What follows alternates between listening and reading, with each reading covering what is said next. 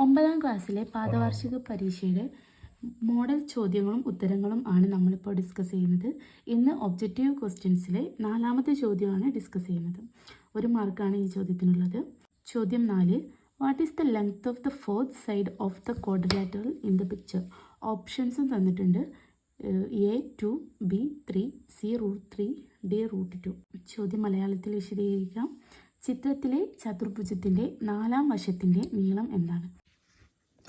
അതായത് ചോദ്യത്തിൽ പറഞ്ഞിരിക്കുന്നത് ഈ ഒരു ചതുർഭുജത്തിന് 3 വശങ്ങൾ ചോദ്യത്തിൽ തന്നെ തന്നിട്ടുണ്ട്. ഈ കോണുകളൊക്കെ മട്ടക്കോണുകളാണ് എന്ന് പറഞ്ഞിട്ട് നമുക്ക് കാണാനുള്ളത് 4ാമത്തെ വശത്തിൻ്റെ നീളമാണ്. ഞാൻ ഈ ചതുർഭുജത്തിന് പേര് കൊടുക്കാൻ പോവാണ്. ABCD എന്ന് പേര് കൊടുത്തു. നമുക്ക് ഈ ഒരു ചതുർഭുജത്തിൻ്റെ അതായത് ക്വാഡ്രിലാറ്ററലിൻ്റെ AD എന്ന സൈഡാണ് കാണേണ്ടത്. എങ്ങനെ കാണാം? നമുക്കറിയാം പൈതഗോറസ് തിയറം എന്നാൽ എന്താണ്? അതായത് ഒരു മട്ടത്രികോണത്തിൻ്റെ കർണത്തിൻ്റെ വർഗം പാദത്തിൻ്റെ വർഗത്തിൻ്റെയും ലംബത്തിൻ്റെ വർഗത്തിൻ്റെയും തുകയാണ്.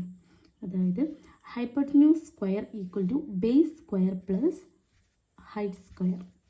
നമുക്കത് ഉപയോഗിച്ചിട്ട് AC എന്നുള്ള വശം കണ്ടുപിടിക്കാം.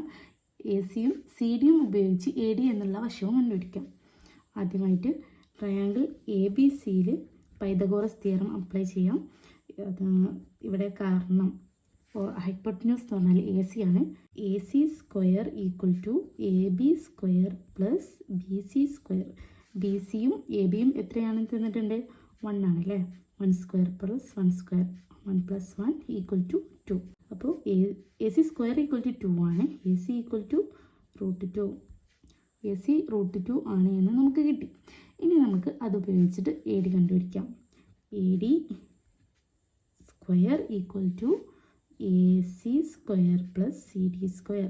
AC ഈക്വൽ ടു √2 ആണ്.